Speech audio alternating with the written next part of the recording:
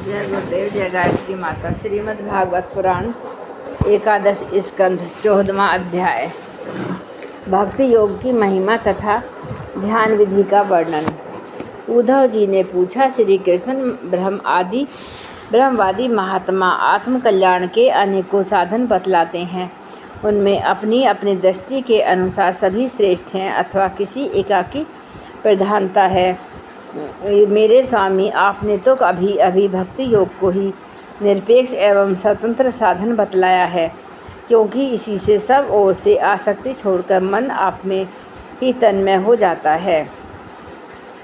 भगवान श्री कृष्ण ने कहा, प्रिय उद्धव, ये वेदवाणी समय के फेर से प्रलय के अवसर पर लुप्त हो गई थी।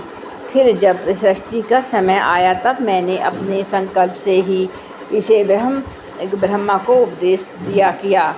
इसमें मेरे भागवत धर्म का ही वर्णन है। ब्रह्मा ने अपने ज्येष्ठ पुत्र स्वयंभू मनु को उपदेश किया कि और उनसे भृगु, अंगिरा, मरीचि, पुलह, अत्रि, पुलत्स्य और क्रतु इन 7 प्रजापति महर्षियों ने ग्रहण किया। तदंतर इन ब्रह्म ऋषियों की सनातन देवता किंदन, किन्नर, नाग, राक्षस और किम पुरुष आदि ने इसे अपने पूर्वज इन्हीं ब्रह्म ऋषियों से प्राप्त किया। सभी जातियों और व्यक्तियों के स्वभाव, उनकी वासनाएं सत्वरज और तमोगुण के कारण भिन्न भिन्न हैं। इसलिए वे सभी अपनी अपनी प्रकृति के अनुसार उस वेदवाणी का भिन्न भिन्न अर्थ ग्रहण करते हैं। यह वाणी ही ऐसी अलौकिक है कि उससे विभिन्न अर्थ निकलना स्वाभाविक ही है। इसी प्रकार सामवेद अभेद परंपरागत उपदेश के भेद से मनुष्यों की बुद्धि में भिन्नता आ जाती है और कुछ लोग तो बिना किसी विचार के वेद विरुद्ध पाखंड मत्ता लंबी हो जाते हैं। प्रिय उद्धव, सभी की बुद्धि मेरी माया से मोहित हो रही है। इसी से वे अपने अपने कर्म संस्कार और अपनी अपनी रुचि के अनुसार आत्म कल्याण के साधन भी एक ही नहीं अनेकों बतलाते हैं। पूर्व मीमांसक धर्म को, साहित्याचार्य यश को, काम शास्त्री काम को, योग वेत्ता सत्य को और सम दामादि रणनीति लेकर ऐश्वर्य को, त्यागी त्याग को और लोकायतिक भोग को ही अपना मनुष्य जीवन का स्वार्थ परम लाभ बतलाते हैं। कर्म योगी लोग यज्ञ, तप, दान, व्रत तथा यम नियम आदि को पुरुषार्थ बतलाते हैं, परंतु ये सभी कर्म हैं। इनके फलस्वरूप जो लोग मिलते हैं वे उत्पत्ति और नाश वाले हैं। कर्म योगी लोग यज्ञ, तप, दान, व्रत तथा यम नियम आदि को पुरुषार्थ बतलाते हैं, परंतु ये सभी कर्म हैं। इनके फलस्वरूप जो लोग मिलते हैं वे उत्पत्ति और नाश वाले हैं। कर्मों का फल समाप्त हो जाने पर उनसे दुख ही मिलता है और मन सच पूछो तो उनकी अंतिम गति घोर अज्ञान की है। उनसे जो सुख मिलता है वह तो क्षय नगण्य है और लोक भोग के समय भी असूया आदि दोषों के कारण शोक से परिपूर्ण है। इसलिए इन विभिन्न साधनों के फेर में न पड़ना चाहिए। प्रिय उद्धव, जो अब और से निरपेक्ष है, बेपरवाह हो गया है, किसी भी कर्म या फल की आदि की आवश्यकता नहीं रखता और अपने अंतःकरण को सब प्रकार से मुझ में ही अर्पित कर दिया है, परमानंद स्वरूप उसकी आत्मा रूप में स्फुरित होने लगता है। इससे वह जिस सुख का अनुभव करता है वह विषय लोलुप प्राणियों को किसी प्रकार नहीं मिल सकती। जो सब प्रकार के संग्रह परिग्रह से रहित अकिंचन है, जो अपनी इंद्रियों पर विजय प्राप्त करके शांत और समदर्शी हो गया है, जो मेरी प्राप्ति से ही मेरे सानिध्य का अनुभव करके ही सदा सर्वदा पूर्ण संतोष का अनुभव करता है, उसके लिए आकाश का एक एक कोना आनंद से भरा हुआ है।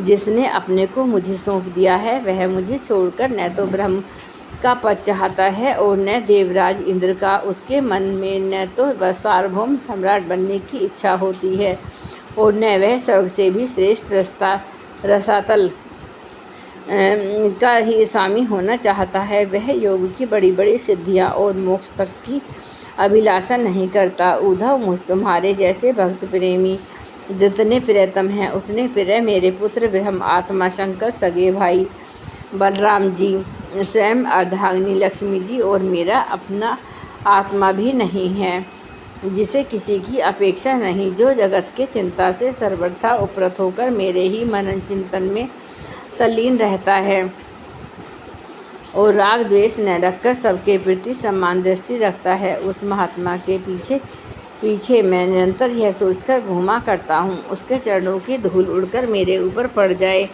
और मैं पवित्र हो जाऊँ, जो सब प्रकार के संग्रह परिग्रह से रहित है, यहाँ तक कि शरीर आदि में भी अहंता ममता नहीं रखते, जिनका चित्त मेरे ही प्रेम के रंग में रंग गया है, जो शरीर की वासनाओं से शांत उपरत हो चुके हैं और जो भी अपनी महत्ता उदारता के कारण स्वभाव से ही समस्त प्राणियों के प्रति दया और प्रेम का भाव रखते हैं।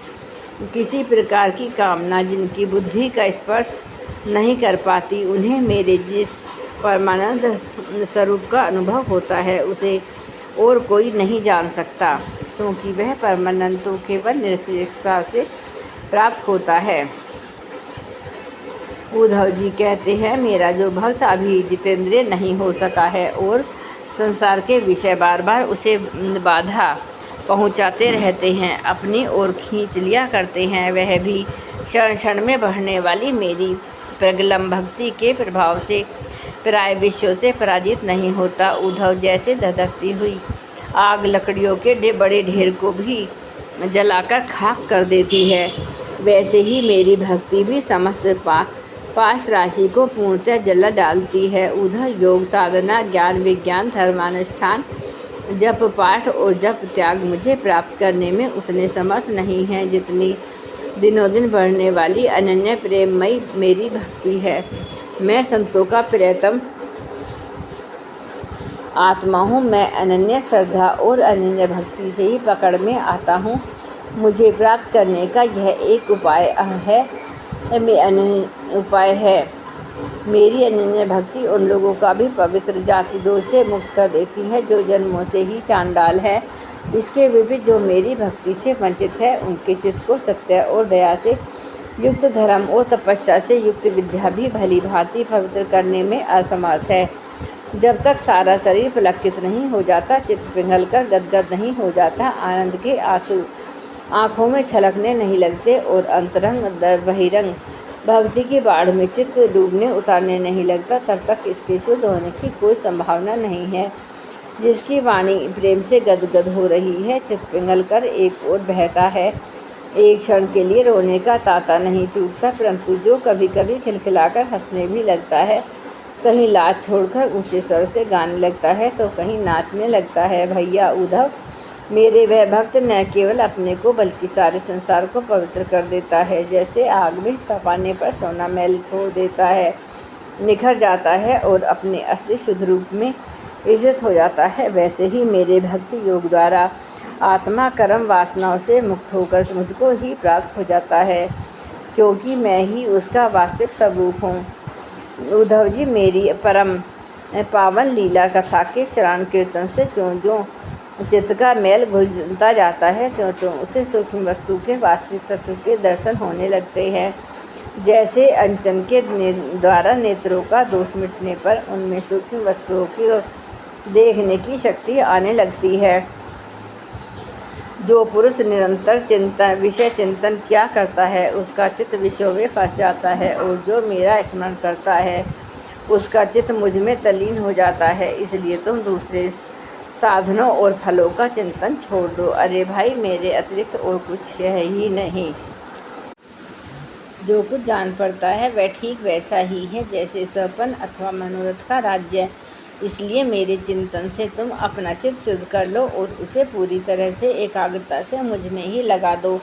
संयमी पुरुष स्त्रियां और उन्हें प्रेमियों का संग दूर से ही छोड़कर पवित्र एकांत स्थान में बैठकर बड़ी सावधानी से मेरा ही चिंतन करे। प्यारे उद्धव, स्त्रियों के संग से और स्त्री संगनियों के लंपटों के संग से पुरुष को जैसे कलेश और बंधन में पड़ना पड़ता है, वैसे ही कलेश और फंसावट और किसी भी संग में नहीं होती।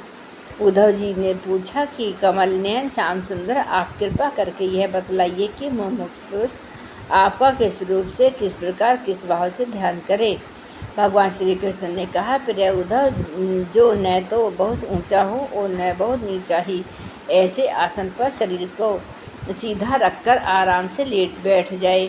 हाथों को अपनी गोद में रख ले और दृष्टि अपनी नासिका के अग्रभाग पर जमावे। इसके बाद पूरक कुंभक और रेचक तथा रेचक कुंभक और पूरक इन प्राणायामों के द्वारा नाड़ियों का शोधन करे। प्राणायाम का अभ्यास धीरे धीरे बढ़ाना चाहिए और उसके साथ इंद्रियों को जीतने का भी अभ्यास करना चाहिए। हृदय में कमल लगत के पतले सूत के समान ओमकार का चिंतन करे। प्राण के द्वारा उसे ऊपर ले जाए और उसमें घंटा नाद के समान स्वर स्थित करे। उस स्वर का ताता टूटने न पाए, उस प्रकार प्रतिदिन 3 समय 10 बार ओमकार सहित प्राणायाम का अभ्यास करे। ऐसा करने से 1 महीने के अंदर ही प्राणवायु वश में हो जाती है। इसके बाद ऐसा चिंतन करे कि हृदय एक कमल है, वह शरीर के भीतर इस प्रकार स्थित है मानो उसकी डंडी तो ऊपर की ओर है और मुंह नीचे की ओर। अब ध्यान करना चाहिए कि उसका मुख ऊपर की ओर होकर खिल गया है, उसके 8 दल पंखुड़ियाँ हैं और उनके बीचों बीच पीली पीली अत्यंत सुकुमार कर्णिका गद्दी है। कर्णिका क्रमशः सूरज, चंद्रमा और अग्नि का न्यास करना चाहिए। तदंतर अग्नि के अंदर मेरे रूप का स्मरण करना चाहिए। मेरा यह स्वरूप ध्यान के लिए बड़ा ही मंगलमय है। मेरे अवयवों की गठन बड़ी ही सुडौल है, रोम रोम से शांति टपकती है। मुख कमल अत्यंत प्रफुल्लित और सुंदर है। घुटनों तक लंबी मनोहर 4 भुजाएं हैं। बड़ी ही सुंदर और मनोहर गर्दन है। मरकत मणि के समान स्निग्ध कपोल है। मुख पर मंद मंद मुस्कान की अनोखी ही छटा है। दोनों ओर के कान बराबर हैं और उनमें मकराकृत कुंडल झिलमिल झिलमिल कर रहे हैं। वर्षाकालीन मेघ के समान श्यामल शरीर पर पीताम्बर फहरा रहा है। श्री वत्स एवं लक्ष्मी जी का चिन्ह वक्ष स्थल पर दाएं बाएं विराजमान है। हाथों में क्रमशः शंख, चक्र, गदा एवं पद्म धारण किए हुए हैं। गले में वनमाला लटक रही है। चरणों में नुपुर शोभा दे रहे हैं। गले में कौस्तुभमणि जगमगा रही है। अपने अपने स्थान पर चमचमाते हुए किरीट, कंगन, करदनी बाजूबंद शोभायमान हो रहे हैं। मेरा एक एक अंग अत्यंत सुंदर और हृदयधारी है। सुंदर मुख और प्यार भरी चितवन कृपा प्रसाद की वर्षा कर रही है। उद्धव, मेरे इस कुमार रूप का ध्यान करना चाहिए और अपने मन को एक एक अंग में लगाना चाहिए। बुद्धिमान पुरुष को चाहिए कि मन के द्वारा इंद्रियों को उनके विषयों से खींच ले। मन को बुद्धि रूप सारथी की सहायता से मुझ में ही लगा दे, चाहे मेरे किसी भी अंग में क्यों न लगे। जब सारे शरीर का ध्यान होने लगे तब अपने चित्त को खींचकर एक स्थान में स्थिर कर करे और अन्य अंगों का चिंतन न करके केवल मंद मंद मुस्कान की छटा से युक्त मेरे मुख का ही ध्यान करे। अब चित्त मुखरबिंद में ठहर जाए तब उसे वहाँ से हटाकर आकाश में स्थित करे। तदंतर आकाश का चिंतन भी त्याग कर मेरे स्वरूप में आरूढ़ हो जाए और मेरे सिवा किसी का वस्तु का चिंतन न करे। जब इस प्रकार चित्त समाहित हो जाता है तब जैसे एक ज्योति दूसरी ज्योति से मिलकर एक हो जाती है, वैसे ही अपने में मुझे और मुझ सर्वात्मा अपने को अनुभव करने लगता है और मुझ सर्वात्मा में अपने को अनुभव करने लगता है। जो योगी इस प्रकार तीव्र ध्यान योग के द्वारा मुझ में ही अपना चित्त का संयम करते हैं, उसके चित्त में वस्तु की अनेकता, तत्व संबंधी ज्ञान और उनकी प्राप्ति के लिए होने वाले कर्मों का भ्रम शीघ्र ही निवृत्त हो जाता है। जय गुरुदेव, जय गायत्री माता।